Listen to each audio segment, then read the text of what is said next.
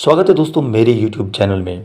दोस्तों ऐसे बहुत सारे महात्मा बुद्ध के अनुयायी मिल जाएंगे जो ईश्वर की सत्ता में विश्वास न रखने वाला नास्तिक मानते हैं, यानी कि वो गौतम बुद्ध को भी ऐसा ही मानते हैं। क्या ये तथ्य सच है? क्या इसमें कोई प्रामाणिकता है?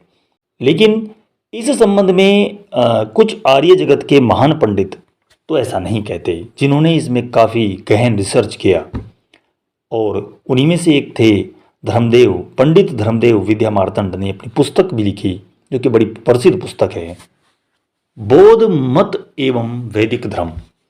बौद्ध मत का जो अनुयायी है उनमें ज़्यादा संख्या ऐसे लोगों की है जो ईश्वर और आत्मा की सत्ता से इनकार करते हैं। यहाँ तक कि माननीय डॉक्टर भीमराव अंबेडकर भी इसी मत से बौद्ध मत के प्रचार में प्रयत्नशील रहे और नास्तिक सत्ता को मानते रहे। किंतु बौद्ध ग्रंथों के निष्पक्ष अगर उसका अध्ययन किया जाए, क्या ये सच है? ऐसा कुछ लगता नहीं है, क्योंकि बुद्ध ने कोई भी ऐसा ग्रंथ लिखा ही नहीं। अपने आप उनके जो विचार सामने आए सीधे, लेकिन जिन ग्रंथ की संकल्पना हुई वो शताब्दियों बाद हुई, जैसे कि दीघ निकाय, मंझी निकाय और विनयम पिटक आदि जो ग्रंथ थे महात्मा बुद्ध के नाम से जो लिखे गए, जिनका नाम दिया गया, उनका संकलन तो शताब्दियों के बाद हुआ। लेकिन उनमें ही जब गहन अध्ययन किया जाता है और चीज़ें उठाई जाती है और वहाँ पर एक प्रश्न आता है कि नास्तिक कौन होता है, इस प्रश्न को उठाकर उसका समाधान करते हुए इसकी जब खोज की गई तो वहाँ पर कुछ चीज़ें मिली, कुछ ऐसे श्लोक मिले जिनमें महात्मा बुद्ध परलोक और पुनर्जन्म को मानते हुए दिखाई देते हैं। और वो ये बात भी करते हैं अपने श्लोक्स में। जब वो ये बात कर रहे हैं वहाँ पर, तो ये सिद्ध होता है कि वो लोक परलोक पुनर्जन्म ये सब मानते थे। तो जो इस चीज़ को मानता है वो नास्तिक कैसे हुआ? जैसे कि एक श्लोक है, अस्ति नास्ति द्विष्टि मतिम। इस सुप्रसिद्ध सूत्र के अनुसार परलोक और पुनर्जन्म आदि के अस्तित्व को स्वीकार किया जाता है, वह आस्तिक है, और जो इन्हें नहीं मानता वह नास्तिक कहता है। महात्मा बुद्ध परलोक और पुनर्जन्म को मानते थे।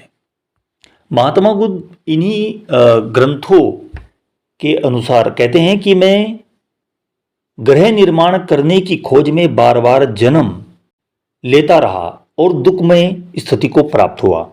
लेकिन वहीं पर उन्होंने एक बात और जोड़ी कि कोई भी भिक्षु संयम, वीर, अध्यवसाय, अप्रमाद और स्थिर चित्त से उस प्रकार की चित्त समाधि को प्राप्त करता है जिस समाधि को प्राप्त चित्त में अनेक प्रकार के, जैसे कि 100,000 लाख अनेक लाख पुनर्जन्मों की स्मृति हो जाती है। मैं इस नाम का, इस गोत्र का, इस रंग का, इस आहार का, इस प्रकार के सुखों और दुखों का अनुभव करने वाला और इतनी आयु तक जीने वाला था। सो मैं वहाँ मरकर वहाँ उत्पन्न हुआ, वहाँ भी मैं इस नाम का था, सो मैं वहाँ मरकर यहाँ उत्पन्न हुआ, इत्यादि इस तरह के श्लोक मिलते हैं। मतलब ऐसी बातें मिलती हैं। तो वो कहाँ से नास्तिक थे? वो ये सब मानते थे। निसंदेह गौतम बुद्ध पुनर्जन्म मानने वाले एक आस्तिक थे। दोस्तों कुछ लोग कहते हैं कि महात्मा बुद्ध तो एक अनीश्वरवादी थे, अनीश्वर को न मानने वाले। इसका समाधान करते हुए अगर इसका अध्ययन करते हैं तो पंडित धर्मदेव जी भी लिखते हैं कि नास्तिक शब्द का एक प्रचलित अर्थ ईश्वर की सत्ता से इनकार करने वाले का है। क्या महात्मा बुद्ध ईश्वर की सत्ता से इनकार करते थे? इस विषय में अपने संक्षेप में माननीय डॉक्टर भीमराव अंबेडकर जी इस बातचीत के प्रसंग में प्रकट कर चुका हूँ। यानी कि वो ये नहीं मानते थे, यानी कि वो कहते थे कि वो एक नास्तिक थे बुद्ध। इस विषय में कुछ अधिक प्रकाश डालने से पूर्व में संत सुधा के संपादक श्री ईश्वरदत्त मेधार्थी के ही एक लेख का उद्धरण देना उचित यहाँ पर होगा। संत सुधा के बुद्ध जयंती अंक में संत सिद्धार्थ शीर्षक से महत्वपूर्ण अपने लेख में मेधार्थी जी लिखते हैं, ब्रह्म के विषय में मैं भगवान बुद्ध स्वयं कहते हैं, ब्रह्म भूतो अतितुलो मार्शेन पमदनो सबामिते बसीकत्वा मोदामी अकुतो भयो। अर्थात मैं अब ब्रह्म पद को प्राप्त हुआ हूँ, मेरी तुलना अब किसी से नहीं हो सकती, क्योंकि मैं तो ब्रह्म में स्थित हो चुका हूँ, यानी कि मैं स्वयं ब्रह्म हो चुका हूँ। मैंने कामदेव की सेना को परास्त कर दिया है। अब मैं काम क्रोध आदि सब जितने भी शत्रु होते हैं उनको अपने वश में करके निर्भय होकर मस्त हूँ। विद्वान लेखक पंडित धर्मदेव जी इस पर अपनी टिप्पणी करते हुए कहते हैं कि यह वचन भगवान बुद्ध की आस्तिकता और ब्रह्म पद प्राप्ति के लिए पर्याप्त है। जरा सी समझने की बात है कि जो स्वयं ब्रह्म विहार करता हो, ब्रह्मचारी हो, ब्रह्मभूत हो, यह संभव ही नहीं है कि वह ब्रह्म को न माने, ईश्वर को न माने। वास्तव में बौद्ध साहित्य में निर्वाण, ब्रह्म, अमृत पद, परम सुख, उत्तम अर्थ, अनश्चात, दुर्लभ, नाथा आदि शब्द एकार्थवाचक हैं। जिज्ञासुओं को भ्रम नहीं पड़ना चाहिए। भगवान बुद्ध ने स्वयं कहा है, जो नास्तिक उन्हें विनाशोन्मुख समझो, यानी कि वो विनाश की तरफ है जो नास्तिक है, ऐसा गौतम बुद्ध कहते हैं। एक बात है, भगवान बुद्ध आस्तिक तो थे ही, आर्य भी थे। आर्य शब्द से उन्हें बड़ा प्रेम था। 4 आर्य सत्य, आर्य अष्टांगिक मार्ग और आर्य श्रावक तो बहुत प्रसिद्ध हैं। आर्य शब्द गुणवाची है।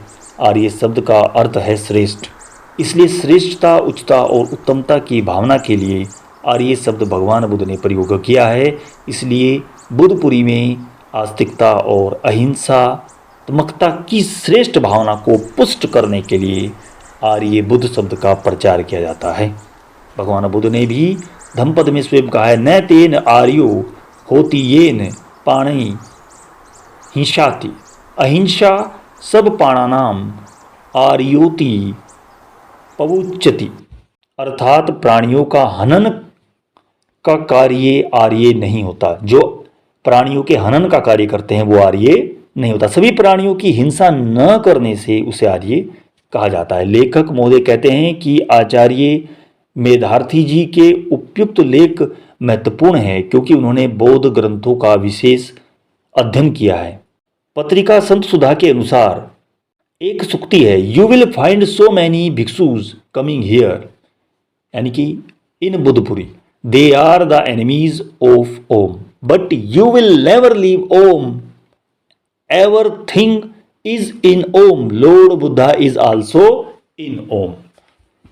कुछ कहने की जरूरत शेष नहीं बचती। अर्थात यहाँ बुद्धपुरी में आप कई भिक्षुओं को आते हुए पाते हैं जो ओम परमात्मा के शत्रु हैं। ऐसे भी लोग हैं यहाँ पर, विरोधी हैं, किंतु आपको ओम का परित्याग कभी नहीं करना चाहिए। सब कुछ ओम में है, बुद्ध भगवान भी ओम में ही हैं। दोस्तों, जब बुद्धत्व की प्राप्ति के पश्चात प्रथम उपदेश सारनाथ में महात्मा बुद्ध जी ने दिया था, उन्होंने कहा था, मैं अब बुद्ध हो गया हूँ, मैंने अमृत की प्राप्ति कर ली है, अब मैं धर्म का उपदेशक करता हूँ। पंडित धर्मदेव जी भी लिखते हैं कि अमृत नाम वेद और उपनिषदों में ब्रह्म अर्थात ईश्वर के लिए प्रयुक्त हुआ है। कोई संदेह नहीं कि ईश्वर की सत्ता को महात्मा बुद्ध स्पष्ट रूप से स्वीकार करते हुए कहते हैं कि आत्मा ही आत्मा का नाम है, और कौन उस परमात्मा से बड़ा नाथ व स्वामी हो सकता है। अच्छी प्रकार आत्मा का दमन कर लेने से दुर्लभ नाथ यानी कि परमात्मा की प्राप्ति हो जाती है। ये बात अलग है कि जो अभी नए अनीश्वरवादी आधुनिक बौद्ध बनते हैं, इसका अर्थ निर्वाण कर देते हैं, जो संगत नहीं होता। उसमें खींचातानी भी बहुत अधिक करनी पड़ती है। इसमें कोई शक नहीं कि इस विवरण से इतना तो सिद्ध होता है कि ये एक बेकार की बात है कि महात्मा बुद्ध कोई अनीश्वरवादी थे, ईश्वर में विश्वास न करने वाले थे। निसंदेह वो एक आस्तिक थे, अनीश्वरवादी नहीं, वो ब्रह्म में विश्वास रखते थे, वो ओम में विश्वास रखते थे। तो ऐसी भ्रांतियां ना पालें और अपने आप को सन्मार्ग पर लेकर के चलें। दोस्तों, आशा करता हूँ वीडियो आपको पसंद आई होगी। अगर ऐसा है तो लाइक, शेयर और सब्सक्राइब कर दीजिएगा मित्रों। अगली वीडियो में मिलता हूँ। ओम नमः शिवाय।